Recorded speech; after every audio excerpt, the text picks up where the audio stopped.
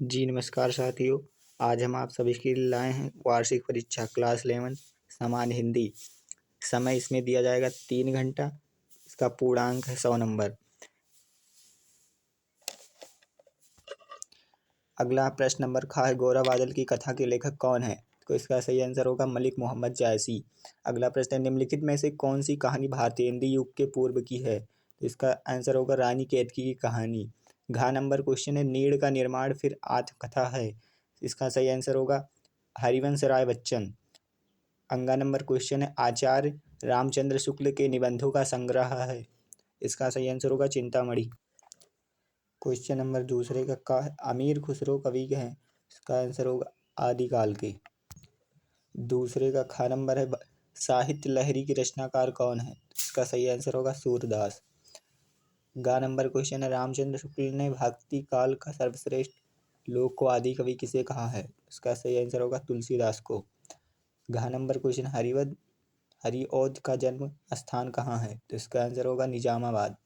तार सप्तक का संपादन किस वर्ष हुआ? तो इसका आंसर होगा 1943। इसमें तीसरा प्रश्न है, निम्नलिखित गद्यांश को पढ़कर उन पर आधारित प्रश्नों के उत्तर दीजिए। तो इसमें है दिया गया है, घुमक्कड़ों से बढ़कर सुख कहाँ मिल सकता है? तो आप इसको ऐसे डॉट डॉट करके लिख सकते हैं और आखिरी का भी 3-4 अक्षर लिख दें, जैसे कि अधिक लिख उठता है। तो पद्यांश के आंसर दिए गए हैं। से पहला है, प्रस्तुत गद्यांश के माध्यम से लेखक क्या कहना चाहता है? और खा नंबर है, संसार का सबसे बड़ा सुख क्या है? गा नंबर है, घुमक्कड़ी के कष्टों की तुलना मिर्च के तीखेपन से क्यों की गई है? इसमें अगला है, रेखांकित अंश की व्याख्या कीजिए। आखिरी नंबर क्वेश्चन है, चिंताहीनता का अर्थ स्पष्ट कीजिए। तो इसी में से ढूंढकर और इसका एक्सप्लेन करके आप इसको लिख सकते हैं। चौथा नंबर क्वेश्चन है, निम्नलिखित पद्यांश को पढ़कर उन पर आधारित प्रश्नों के उत्तर दीजिए। ये आपका 10 नंबर का रहेगा। तो इसमें दिया गया है पद्यांश पे आधारित, तो आप इसमें भी पढ़कर इसका आंसर लिखना है। इसमें भी 5 क्वेश्चन दिए गए हैं। 5वां नंबर क्वेश्चन, निम्नलिखित लेखकों में से किसी एक के लेखक का साहित्यिक परिचय देते हुए उनकी कृतियां पर प्रकाश डालिए। तो जैसे श्याम सुंदर दास, आचार्य महावीर प्रसाद द्विवेदी या डॉक्टर संपूर्णानंद, इसमें से 3 दिया है, किसी एक का लिखना है। इसमें खा नंबर है, निम्नलिखित कवियों में से किसी एक कवि का जीवन परिचय देते हुए उनकी कृतियों का प्रकाश डालिए।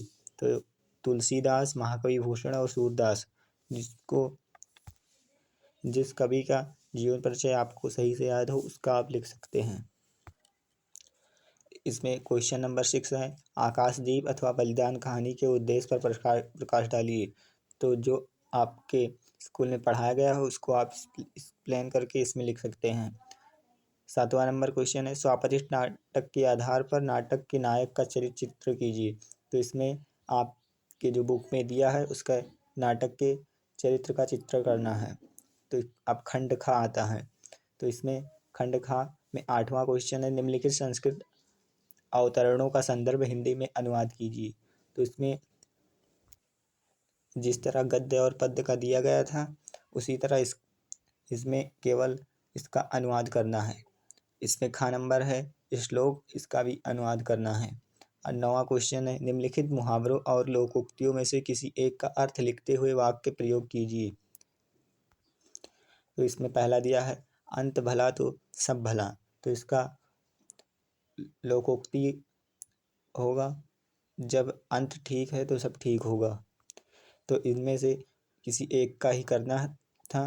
इसमें अगला क्वेश्चन 10वां, निम्नलिखित शब्दों को संधि विच्छेद के सही विकल्प का चयन कर लिखिए। तो इसमें है देवालय का संधि विच्छेद। तो इसका आ वाला आंसर सही होगा देव प्लस आलय। दूसरा है रवीन का संधि विच्छेद। तो इसका बा वाला आंसर सही होगा रवि प्लस इंद्र। 10वें का खा नंबर दिया है, दिए एक निम्नलिखित शब्दों का विभक्ति और वचन के अनुसार चयन करो। तो इसका जैसे दिया है, नमना में वचन और विभक्ति, तो इसका होगा चतुर्थ वचन और द्वितीय विभक्ति। खा का दूसरा दिया गया है आत्मान का तृतीय एक वचन में रूप होगा, तो इसका होगा आत्मानम। द वाला कोई आंसर सही होगा।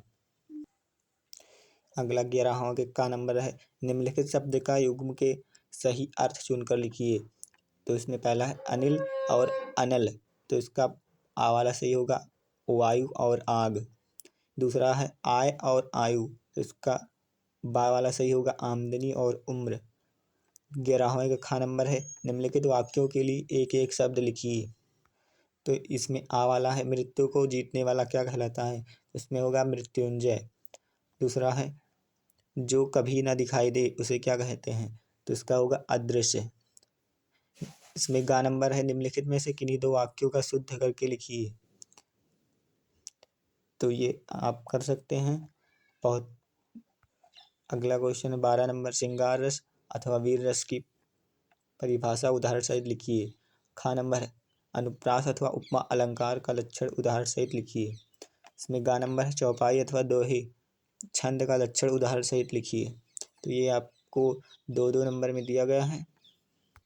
इसमें अगला 13 नंबर क्वेश्चन, नगर निगम के स्वास्थ्य अधिकारी को अपने मोहल्ले में विद्यमान गंदगी के विषय में एक पत्र लिखिए। अगला नंबर क्वेश्चन 14, निम्नलिखित में से किसी एक विषय पर अपनी भाषा शैली में निबंध लिखिए। जैसे साहित्य समाज का दर्पण, महंगाई एवं समस्या और समाधान, या परहित। तो ये आपका दिया गया था 14 क्वेश्चन था इस पेपर में। मुझे लग रहा है आपको सही से समझ आ गया होगा। धन्यवाद।